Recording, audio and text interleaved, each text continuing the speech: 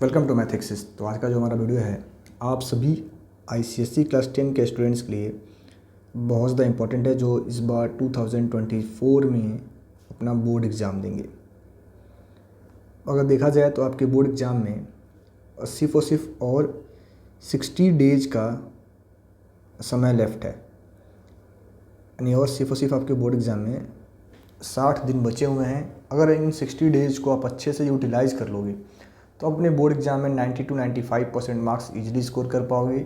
और अगर आप इन 60 डेज़ को वेस्ट कर दोगे, अगर आपके दिमाग में कहीं से भी ऐसा थॉट आ रहा हो कि वो बहुत लंबा समय है और आप इंजॉय करके इन टाइम्स को वेस्ट कर देंगे,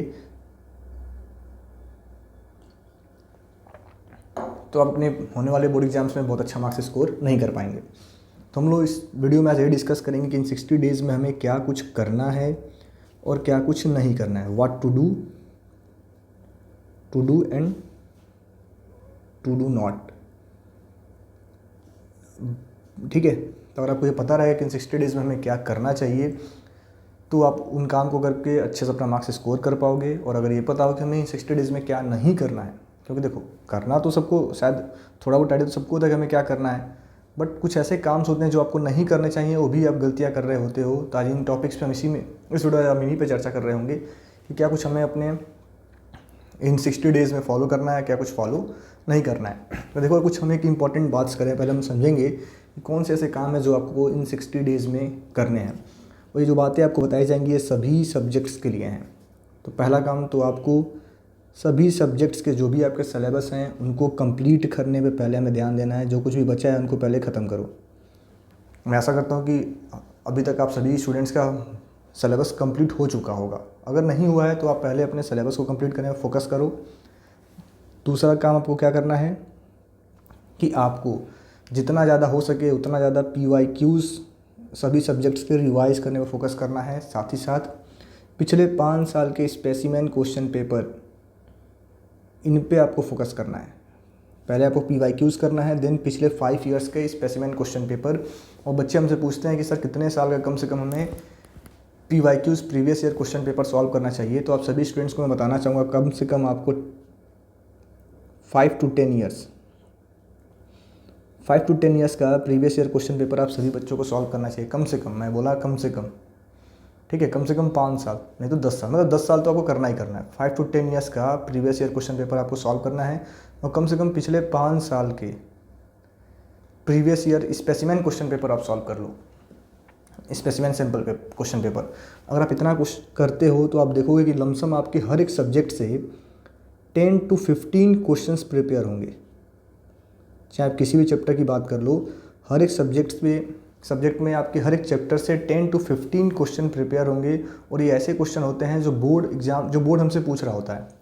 तो कई बार मैक्सिमम चांसेस होते हैं या तो इन्हीं क्वेश्चंस पे डिपेंड, या तो सेम यही क्वेश्चन आपके बोर्ड एग्जाम्स में आपको देखने को मिल सकते हैं। और ये काम आपके प्री बोर्ड में भी आपको बहुत ज़्यादा हेल्प करेगा। तो ये काम आपको करना है, पहले तो अपना सिलेबस कंप्लीट करो, then PYQs and specimen question paper करो, प्रैक्टिस करो कम से कम पिछले 5 साल के। देन आपको क्या करना है कि आपको अब एक कह लो एक रिवीजन का प्रॉपर टाइम शेड्यूल करना है कि जो भी चैप्टर्स, जो भी सब्जेक्ट्स आपने पढ़ रखे हैं, जो भी चैप्टर्स आपने उसके कंप्लीट कर रखे हैं, उनको हमें एक रिवीजन का समय, उनके रिवीजन के लिए हमें एक प्रॉपर समय अलॉट करना है। उनको ये रिवीजन पे भी हमें फोकस करना बहुत ज़रूरी है। क्योंकि ऐसा मैं इसलिए कह रहा हूँ क्योंकि देखा होगा आपने, आपका जो अभी डेट शीट ICSE बोर्ड ने रिलीज़ किया है उसमें सब्जेक्ट्स के बीच में गैप बहुत कम दिया गया है। ठीक है, सब्जेक्ट के बीच में गैप बहुत कम दिया गया है। तो इसको भी आपको फोकस करके चलना है कि भैया उस समय हमें रिवीजन करने का बहुत ज़्यादा समय तो मिलने वाला है नहीं। तो हम पहले से इसकी प्लानिंग करते रहें, पहले से हम अपने चैप्टर्स को थोड़ा बहुत रिवाइज करते रहें। दूसरा काम आपको जो करना है, अगर आपके पास सैम्पल क्वेश्चन पेपर्स हैं, चाहे आपने किसी भी पब्लिकेशन का सैम्पल क्वेश्चन पेपर ले रखा है, तो कम से कम 5 सैम्पल क्वेश्चन पेपर आप सभी सब्जेक्ट्स में सॉल्व कर जाओ।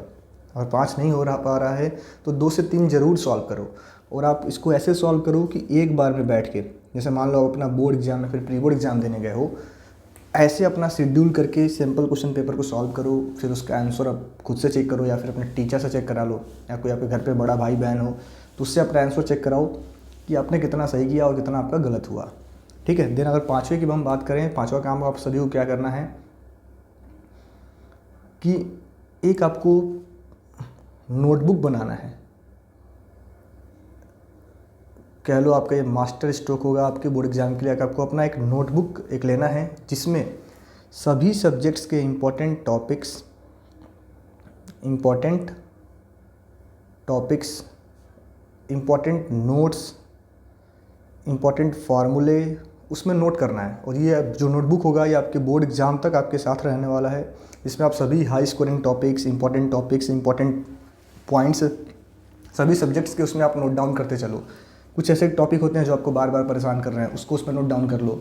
कुछ एक आधे ऐसे क्वेश्चन होंगे जो बहुत लेंदी हैं, जिनको याद करने में आपको समस्या हो रहा होगा और जिनको समझने में परेशानी हो रहा होगा, उनको आप उसमें नोट डाउन करो।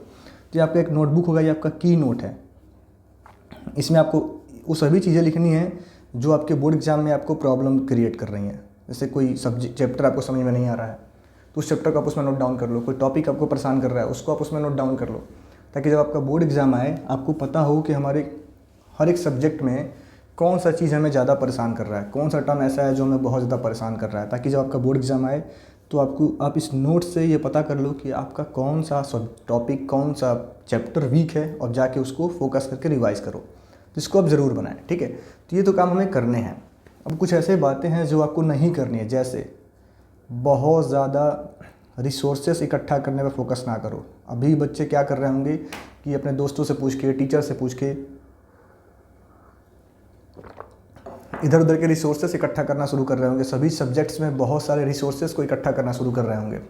कभी अपने उस फ्रेंड का नोट्स मान लिया, कभी उसका सैम्पल पेपर बाई कर लिया। बहुत ज़्यादा रिसोर्सेज पे फोकस ना करो, क्योंकि आपके पास इतना समय नहीं है और आपके पास इतना टाइम नहीं है कि आप बहुत ज़्यादा कुछ पढ़ पाएंगे। जो भी रिसोर्सेज आपके पास हैं, ये कॉमन चीज़ें आपके पास अगर हैं तो आप इन पे फोकस करो, इनसे पढ़ाई करो। तो बहुत ज़्यादा रिसोर्सेज फोकस नहीं करना है। दूसरा, हमें अपने पढ़ाई को बहुत ज़्यादा स्पीड में लाने की ज़रूरत नहीं है।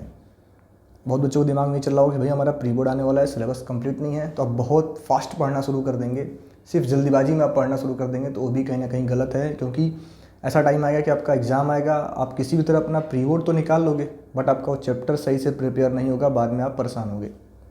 ये भी नहीं करना है। थर्ड काम आपको क्या करना है, जो क्या नहीं करना है, कि अब ज़्यादा आप टाइम वेस्ट मत करो। अब ज़्यादा टाइम वेस्ट करने के चक्कर मत पड़ो। थोड़ा गप्पे मारना कम करो। व्हाट्सअप, इंस्टाग्राम जो भी आप यूज़ करते हो थोड़ा उसको कम कर दो 2 महीने के लिए। देन जब आपका बोर्ड एग्जाम्स ख़त्म हो जाएगा तो फिर दोबारा आप स्टार्ट कर लेना, क्योंकि अब आपके पास सिर्फ और सिर्फ 60 डेज़ का समय बचा है। ठीक है, अब ज़्यादा दिन आपके पास नहीं बचे। अगर आप इनको सही से वेस्ट कर दिए तो फिर आपका बोर्ड एग्ज़ाम दोबारा नहीं आने वाला। और आप अगर एक बार आपका बोर्ड एग्ज़ाम चला गया तो दोबारा चाह के तो उसमें अच्छा नहीं कर पाओगे। तो इन चीज़ों पर फोकस करो जो हमें करना है। और ये जो मैंने बताया है कि ज़्यादा रिसोर्सेस आपको इकट्ठे नहीं करने हैं, ज़्यादा स्पीड में पढ़ाई नहीं करना है, ज़्यादा टाइम वेस्ट अब नहीं करना है। ठीक है, ज़्यादा टाइम वेस्ट नहीं करना है। दूसरा बहुत सारी ऐसी चीज़ें हैं, कुछ ऐसी आदतें हैं जिनको आपको छोड़ना होगा, जो कहीं ना कहीं आपके बोर्ड एग्जाम्स में आपको डिस्टर्ब कर रही होंगी। उन सभी को छोड़ के सिर्फ और सिर्फ आप पढ़ाई पे फोकस करो। साथ ही साथ हमारे इस चैनल पे आपको सभी टाइप के रिसोर्सेज मिल रहे हैं, तो हमारे आप चैनल को सब्सक्राइब कर लो, वीडियो को लाइक कर दो। Thank you.